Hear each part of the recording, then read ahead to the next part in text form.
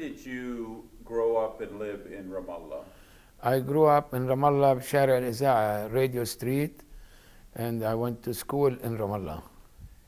Did you only live in the one house, or did you live in several houses? 2 houses.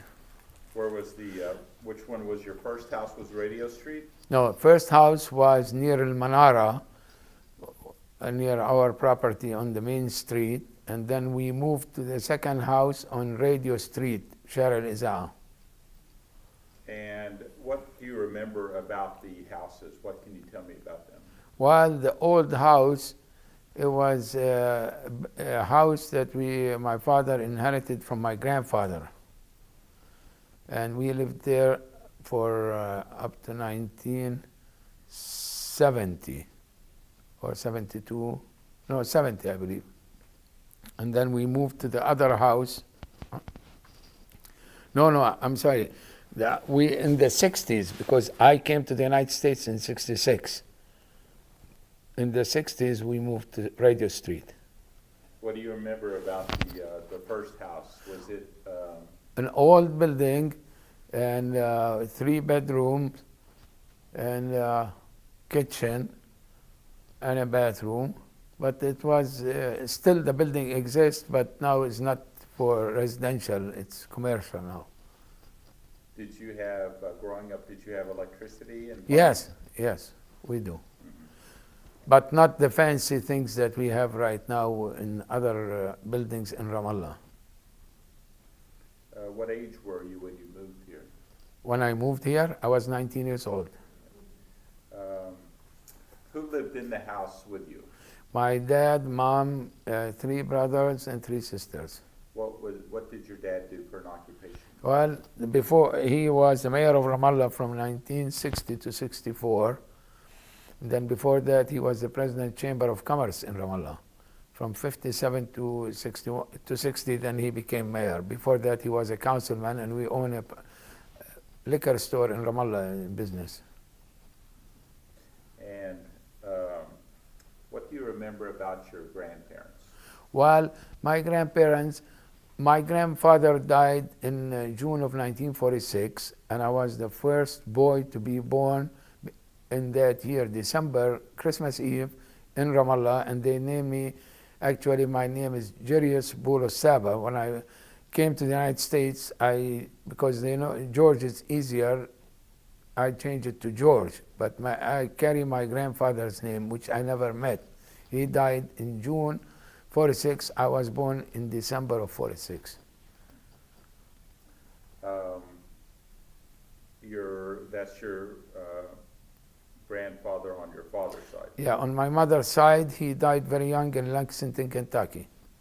And what was his name? Isa Sakhli. Okay. And he was in the U.S., what did he do? First, he served in the army for maybe a year or less. Then he was in, like most of the Ramallah people who came to the United States in Cincinnati or Lexington, they were selling Oriental tapestry. And he was a businessman. Then he went back and retired in Ramallah, and he died in Ramallah. And what do you remember about Ramallah?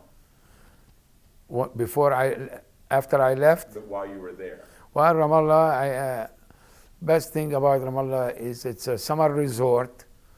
I went to school, Ahliya College there. I enjoyed my years there, and then I went to Birzeit College. At that time, it used to be a college for freshman year. Then I came in 1966 to the United States, to Michigan. And what did you think about Ramallah growing up? It's big. I go to Ramallah as far as now. I go every year, twice, sometimes 3 times a year. Mm-hmm. No, while you were there, while you were in Ramallah, what did you think of Ramallah? What was it like when you were going to school with your friends, with your family? Oh, it was different than what I see it today. At that time, it's more Ramallah people were in Ramallah. Now it's about 1,500 to 2,000. And when you go like on Sunday, you hear the church bell rings, the stores close, they go to church, And whenever functions we have, I used to attend them with my dad, like weddings, engagement, funerals.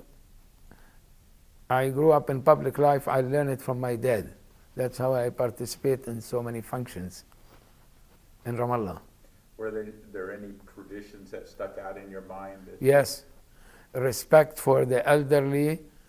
Uh, Always pay tribute to your parents, and be good to your friends, and know how the extended family in Ramallah. You said how many brothers and sisters did you have? Total six, three and three, three boys, three girls. In the house, did you share the rooms with your brothers? How was your house set up? The girls I share with my brothers, sisters, and my parents 1 bedroom, 3 bedrooms. Describe the house a little bit. Well, the original house is 3 bedrooms and a living room, kitchen, and a bathroom. That's the original. Up to 1960, I believe 61, we moved to the other house until I came to the United States in 66. And was it a similar house? No, it's a bigger house. It's about 4 bedrooms, I believe, and a living room, kitchen, and a balcony. And it's very convenient. Is it still there? Yes.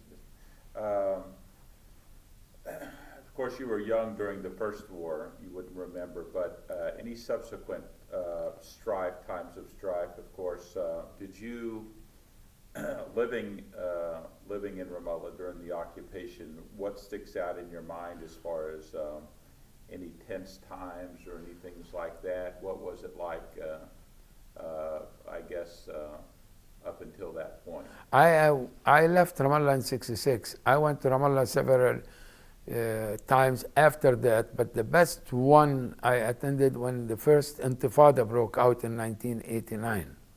I was there, and I stayed over my cousin's house, and next to it is a Palestinian camp.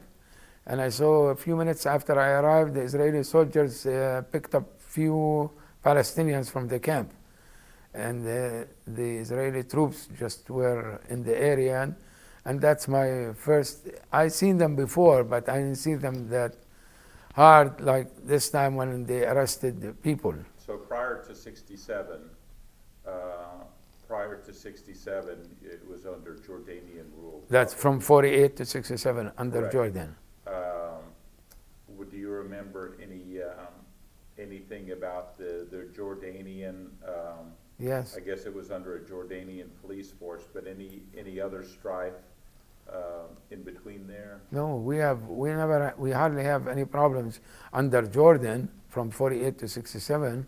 Did you ever travel into Israel or the other parts of the West Bank, or did you mostly stay in Ramallah? No, I traveled through the West Bank, but not to Israel until after the Israeli occupation of the West Bank and Ramallah.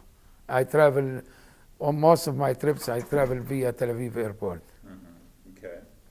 And tell me about, come on in. Tell me about the school you went to. I went to Al Ahliya College in Ramallah. I finished high school, and then I went to Bir Zayt College, which is now university. I finished freshman year, and then I left to the United States and I attended school in Michigan. You came straight from there to Michigan? That's correct. And how did you get there? My mother, she's American born. She was born in Cincinnati, Ohio. She petitioned for me, and I came as an immigrant. And then I went to Schoolcraft College, then I went to Wayne State University. Okay.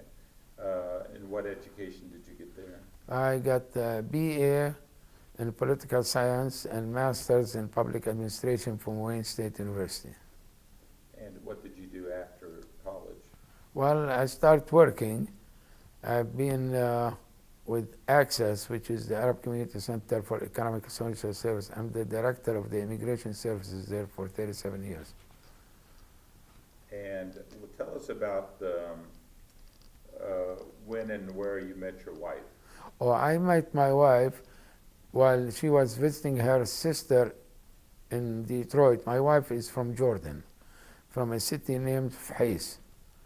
She came to visit her sister in suburbs of Detroit, and I met her in a picnic, and then we start talking, and then she went back to Jordan because she was on a scholarship program.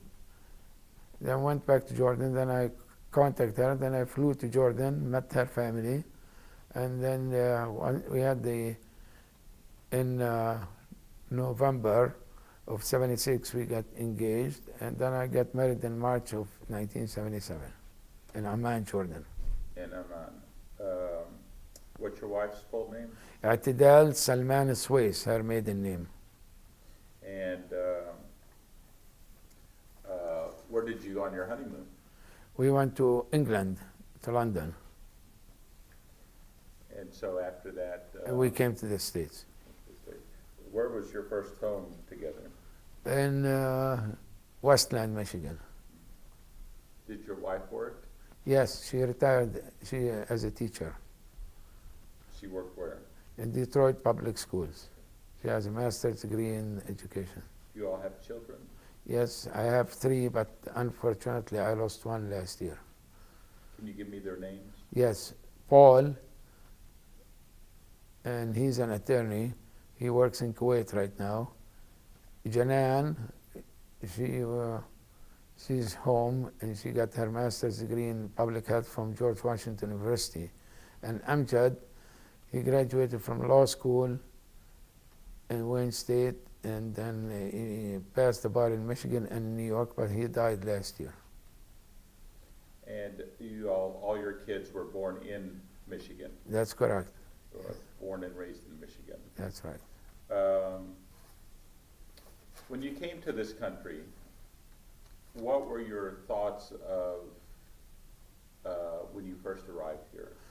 Well, it's a big change, for me to, first of all, at that time I didn't have a car. I stayed over my uncle's house, and then 2-3 months later, I moved to my cousin's house because I went to Schoolcraft College. And then I attended 1 year, and then I moved to Wayne State, and I lived on campus, 6 years on campus, Wayne State University in Detroit. Was anything overwhelming? Did you know English when you? Yes, I studied English in Ramallah and in Birzeit because the courses were taught in English, Birzeit College. Mm-hmm. And the credit hours were transferred. We got credit for them. And what has your experience been like living in the States? Well, I've been in Michigan for almost, I complete next month, 46 years, going into 47 years. I like Michigan. We went through the last few years tough times, economic, but things getting better. Although I travel all over the country, but my favorite will be still Michigan. And you go back to Ramallah often? Yes, as a matter of fact, last trip I was in this, within the last year I went 3 times. December was my last trip. When you went back to Ramallah after you had been here and you went back for the first time, tell us the differences. Well, I flew to Tel Aviv airport, and it's a big difference to go through Israeli checkpoints, security forces, and because I left before the war started, so things changed. What year was this? In 71. And was it any different going through there then it is now, or is it about the same? Well, now it's a little bit different. Before it was harder. You have family in Ramallah? I have 1 sister. She works for the Palestinian National Authority. And what do you think about what's going on in the whole of Palestine and Israel now? In terms of In terms of a process of looking for a solution to. well, our problem is not that easy. We have to deal with so many issues: the settlers, the Israeli government, and It's not an easy, and the sticking points right now will be Jerusalem, right of return, and or compensation, and access to the land, to water, airspace. They give them authority, but it's not full. They still control the West Bank in essence. And are you involved in anything that might further any better ties or any peace things between Israelis or anything like that? No, officially, not officially, no. I served on the Palestine Affairs Committee with the Federation. We were elected. I attended the Palestine National Council in '87 when I was president of the Federation. We are granted the status of an observer.